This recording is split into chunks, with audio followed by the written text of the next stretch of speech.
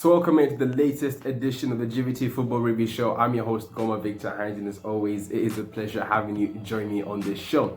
So it is a European week. There is more high-quality, first-class European football coming to your television screens, and we're into the last match day of the season's UEFA Champions League group stages, match day 6. Now 9 teams have already sealed qualification to the last 16 and 7 teams will be looking to join them this week. So we head into a pretty busy and crucial Tuesday and Wednesday, and in particular we'll be looking at some of those headline games in specific groups such as Group H, Group B, Group A, Group D, and for a bonus of this preview show, we'll be taking a look at that mammoth of a game in Group G where Lionel Messi and Cristiano Ronaldo, their rivalry, will be reinvigorated as Juventus take on FC Barcelona. So we're going to be taking a look at some of those games. Without wasting any more time, we'll start off in Group H, the group that consists of Manchester United, PSG, RB Leipzig, and Istanbul Başakşehir. Now, the Turkish side has already been knocked out of the competition, so it is really down to 3 teams: Manchester United, PSG, and RB Leipzig, who are all level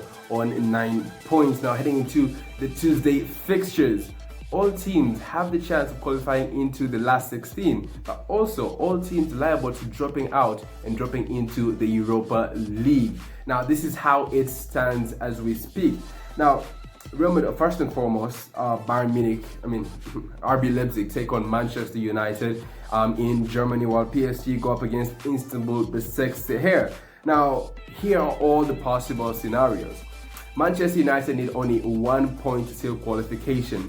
Anything other than that, other than a point or 3 points, would mean that they'll be dropping into the Europa League. So they need a point against RB Leipzig in Germany, or if things go their way, all 3 points. For RB Leipzig, they need to get a point and hope that PSG lose against Istanbul Başakşehir, or they need to get all 3 points. Anything other than those, then they'll find themselves in the Europa League. For PSG, they need a point and hope that the game against the game where RB Leipzig take on Manchester United, that RB Leipzig or Manchester United win that game, and one team ends up being on the losing side, which will be an advantage to them, which would mean that a point for them would be enough to seal qualification for them. Or, of course, get all 3 points and have the destiny in their own hand and seal qualification in the last 16. Anything other than those, then they would find themselves into the Europa League. So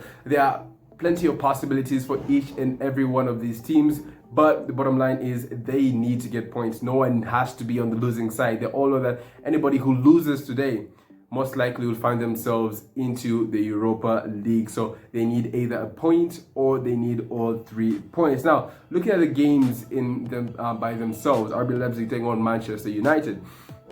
Manchester United yet again came from behind to beat West Ham United in the league by 3-1. Yet another away victory. It is now 9 consecutive away victories dating back from last season since the restart. So this time around they go to Germany, and if Ole Gunnar Solskjaer is to get confidence from anywhere, then he will gain confidence from that record of theirs, that they are so good away from home. And they did get that victory against PSG at the Parc de France this season. So Manchester United have looked pretty good, have looked pretty well oiled away from home, but they go up against a pretty tricky German RB Leipzig side, who did get a 3-0 victory against Bayern Munich. That 3-0 draw against Bayern Munich in the Bundesliga this past weekend. So RB Leipzig are a team that thrives off attack. You know their game plan, just as we know Mourinho's game plan against Arsenal was going to be to sit back and then hit them with a counter-attack. We know that the RB Leipzig's game plan this time around is going to be attack, and Ole Gunnar Solskjaer is going to have to set up his defense pretty well and hope to keep out the goals, or try to limit the chance creation that RB Leipzig will hope to get out of the game. For Manchester United, they have to come out and go toe-to-toe with the RB Leipzig, in my opinion. Last week against PSG, Ole Gunnar Solskjaer wanted to go with the more reserved side, try to at least get a draw and then seal qualification and do away with the UEFA Champions League at least until February. But things did not go as planned, and as we speak though, they have to go all the way and try to get all the points against RB Leipzig. And the only way they're going to do that is if they go toe-to-toe with RB Leipzig, because RB Leipzig is going to be attacking them. Do they sit back? Not in my opinion, because RB Leipzig have way too many players who can carve something out of nothing. You have the likes of Angelino, who, despite being a right back, is one heck of a right back. I mean, he gets forward really well. He knows how to pick a pass. He knows how to put in a cross. So if Manchester United hope that they're going to go back and sit in defensively, I think then they'll be shooting themselves in the foot, because RB Leipzig have players who can carve out something out of nothing. You have the likes of Freiburg, you have the likes of Poulsen, you have the likes of Kluivert. These are all players who can create something out of nothing. What Manchester United need to do, they need to go out there and attack as well. They need to have Donny van de Beek on that pitch playing alongside Bruno Fernandes. They need to have Marcus Rashford in that starting 11 as well, and hope that he's on his good day, because Marcus Rashford, one of the criticisms that I have of him, though I love him to bits, is he is largely inconsistent. He needs to find that consistency, because all great players know how to be consistent, and I think he has the potential to be great, but he needs to find that consistency, and he needs to perform week in, week out. And so he needs to replicate the performance against West Ham United, where he came off the bench and then scored a goal. And he had plenty of opportunities as well, which he did squander. But he needs to be able to convert his chances when they present themselves against RB Leipzig today. I still believe Mason Greenwood has to slide into this starting 11. Anthony Martial needs some time on the bench, because this season just has not been his season. And Ole Gunnar Solskjaer needs to put his foot down and say that if you do not perform, then you're gonna see time on the pitch. But if you do perform, then you're gonna give me a reason to put you on the pitch. Mason Greenwood had a brilliant second half and scored a brilliant goal against West Ham United. So I think he deserves to be in the starting 11. He's a player who is goal-minded. He's a player who is direct. You know, he gets the ball, and you more often than not know what he's going to do. That you know that he's going to come at you. He's going to come and try to score a goal. And the tricky thing for the defenders is they don't know whether he's going to shoot with his left foot or with his right foot. You need that sort of player in your starting 11. So I think Mason Greenwood needs to slide into this first 11. Edison Cavani, I think he offers something that some of the players of Manchester United, some of the players who have been at Manchester United over the recent couple of years, haven't been able to offer, and that is experience. Of course, the exception is Zlatan Ibrahimovic. Experience, and he's definitely been one of the best strikers in world football for quite some time. So I think he needs to fit into that number 9 position with Bruno Fernandes just behind him, and with Donny van de Beek as well. So I think they need to have those 5 players on the pitch. Marcus Rashford down the left with Mason Greenwood on the right hand side, and then having Cavani down the middle, and then having Bruno Fernandes and Donny van de Beek fitting in the number 10 and number 8 position respectively. So Manchester United need to be on the front foot. They need to go out there and try to get the goals and get all the 3 points, because if they sit back, then I think they'll be shooting themselves in the foot. For PSG, they go up against Istanbul Basaksehir. As I say, Istanbul, the Turkish side, has already been knocked out of this competition, so they have nothing to lose. And I keep on saying, a team that has nothing to lose is more often than none one of the most dangerous teams in the groups. You do not want to be going up against them, more so in this sort of situation if you're PSG. So Thomas Tuchel has to have pretty good game management. He has to come in there with a game plan. He shouldn't overlook this team. We've been mourning that PSG need to play as a team, that they need to go out there and if you want to win the UEFA Champions League, then it has to be a team effort. But it seems Thomas Tuchel just does not want to listen to any of the outside insights or point of views, and believes in his strategy of Kylian Mbappe and Neymar. And well, it worked out for him pretty well last season. Of course, there were a few other factors and combinations that played a part in them going into the Champions League finals. But if he's sticking to his Neymar and Mbappe's game strategy, then he has to hope that Neymar and Mbappe are on their A game on Tuesday, tonight. Mbappe scored his 100th goal for PSG in PSG colours, so he's going to be motivated to go on and try to get more goals for PSG and just increase on his already impressive CV. For Neymar wants to be one of the best players in world football. He wants to be the player that everyone looks at and comes up to a conclusion that he is going to take over from the reins when Cristiano Ronaldo and Lionel Messi retire. And these are the games that you have to turn up in. He did impressively. He played impressively and was definitely my man of the match against Manchester United last week. But he needs to replicate his performance as well. He needs to turn up yet again, and his feet was rested over the weekend. So I think he won't have any excuse for not playing well in this game unless Istanbul Basaksehir come up with a pretty good game plan, which I do believe that they will have. But he has to hope the Neymar, Mbappe are on their A game. Then the supporting cast and the likes of Moise Kean, who who has been a pretty good recruitment for PSG so far.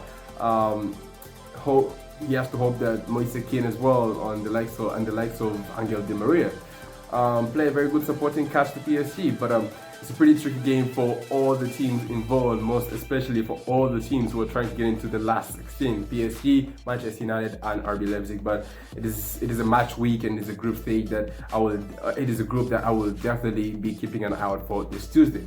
Now I'll be taking a look at Group B, of course. Now this group is not in action until Wednesday, but it is nonetheless, and well, it has every reason, it has every factor to keep an eye out for. It consists of Real Madrid, Borussia Mönchengladbach, Inter Milan and Shakhtar Donetsk. Now Borussia Mönchengladbach lead the table with 8 points, with Shakhtar Donetsk in second with 7, and Real Madrid also 11 points with Shakhtar Donetsk on 7 in third, while Inter Milan are rock bottom of the group with 5 points. Now all teams have the chance to qualify, and all teams have the chance of dropping into either the Europa League or being knocked out on the last match day. After 5 game weeks, it is still as open as it was on the first game week.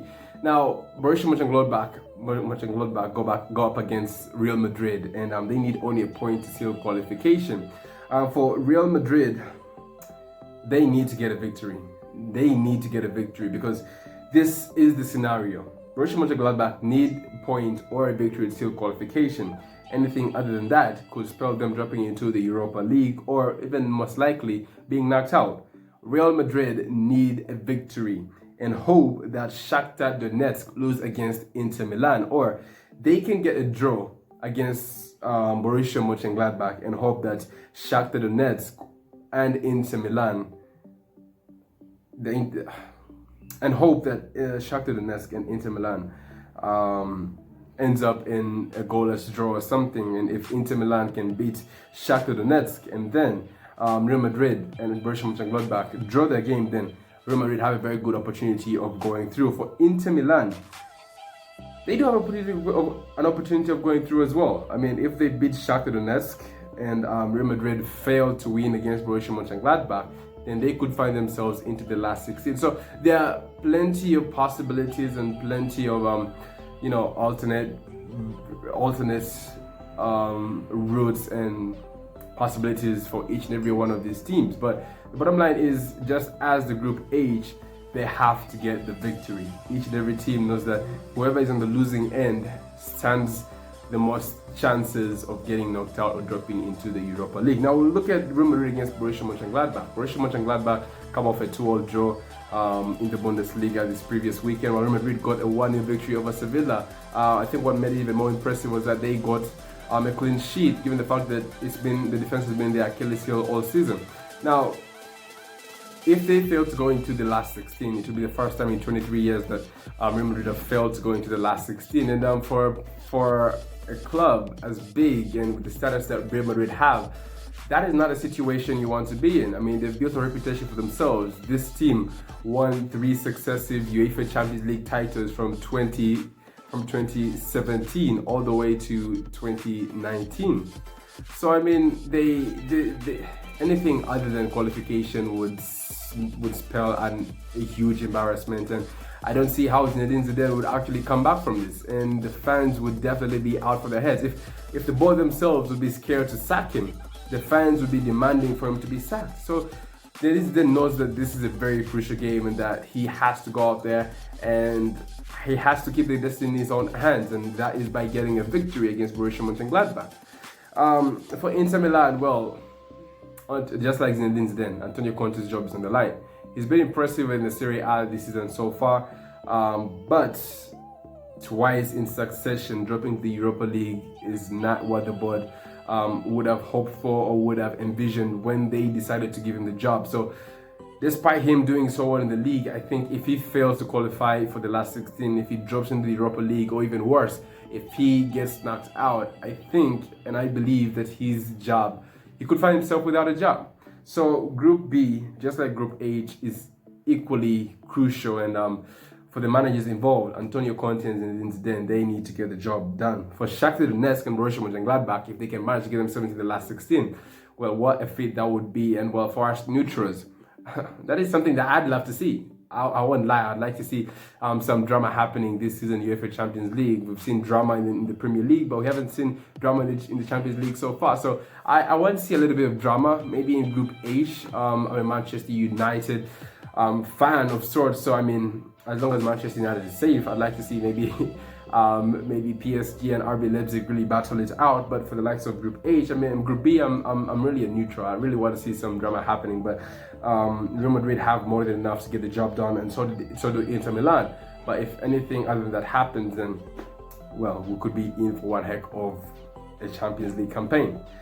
In Group A, of course, Bayern Munich have already sealed qualification into the last 16. It is really down to Atletico Madrid and Red Bull Salzburg. Now, Red Bull Salzburg only 2 points behind Atletico Madrid. Atletico Madrid only need 1 point to qualification, but Red Bull Salzburg know that if they can manage to get 3 points against Diego Simeone's men, then they'll be into the last 16. Group D has Ajax taking on Atalanta and Midtjylland taking on FC Liverpool. And FC Liverpool got that victory against Ajax last week, and they still qualification to the last 16, one of the 19 that still qualification. So it is really down to Ajax up against Atalanta, and Atalanta currently have 8 points, while Ajax have only 7 points. So it is really close in Group D as well. Ajax need to go out there and they know that a victory for them will seal qualification, while Atalanta know that a point for them, only a point, will do the job and will get the job done, get the result, and park the bus until February when the round of 16 stage comes along. Then we have that mammoth of a fixture in Group G, where Lionel Messi and Cristiano Ronaldo go up against each other. Now, yes, there is talk about which team would want to finish first in the group stage table, but it is really not down to that. I mean, you're in the UEFA Champions League, it doesn't really matter as long as you've qualified into the last 16, as long as you're into the next round. That's all that matters. So for the likes of Real Madrid, for Juventus and FC Barcelona, Barcelona are going to be, in my opinion, the group leaders. They're going to finish the group stages as group leaders, and Juventus have already sealed qualification. What is the big talking point is Lionel Messi versus Cristiano Ronaldo. This is a matchup that was dropped of us the first time round when Cristiano Ronaldo had tested positive with the coronavirus. This time round he is fit. FC Barcelona are fit. Lionel Messi is fit, so they are going to come up against each other. Now, FC Barcelona come off a 2-1 loss against Cadiz over the weekend. More questions of Ronald Koeman. And it was a very disappointing performance from the Catalonian club. For Juventus, they had to leave it late. Leonardo Bonucci had to score a late goal to make sure that they go home with all the 3 points. So both teams are kind of on hanging by the wire as we currently speak. But, it is a game where two of the greatest players of our generation of the history of the sport go up against each other, and even supporting cast, even their teammates know just how big this game is. You are part of a game that has two of the greatest players ever. So they're gonna want to up their standards. They're gonna want to raise their standard, their game, and just be part of history, because this is going to be a game that's going to go down in the history books, definitely. But Juventus, FC Barcelona. I'm a Cristiano Ronaldo boy. I have to acknowledge what Lionel Messi has done as well. I still believe that I believe that both of them are the greatest of our generation. It's really hard to pick out between the two. But Ronaldo is the guy who made me start loving football, and I've just followed his career ever since. Ever since I started watching football. So I'm a Cristiano Ronaldo fanboy. I would really love Juventus and Ronaldo to get one over Lionel Messi. But I just hope that both of them just put up a show and put up quite the entertainment, just as we expect, just as the fans expect. But I do believe it's going to be one heck of a spectacle, but it's very hard to call one between the two, and I think it could end in a draw. But that is what is coming up to your television screens this week in the UEFA Champions League. I'll be there for you to take you through the reviews, Tuesday reviews and Wednesday reviews. But for now, sit back, grab a beverage, enjoy Champions League action. For now, peace out, and I'll see you guys all soon.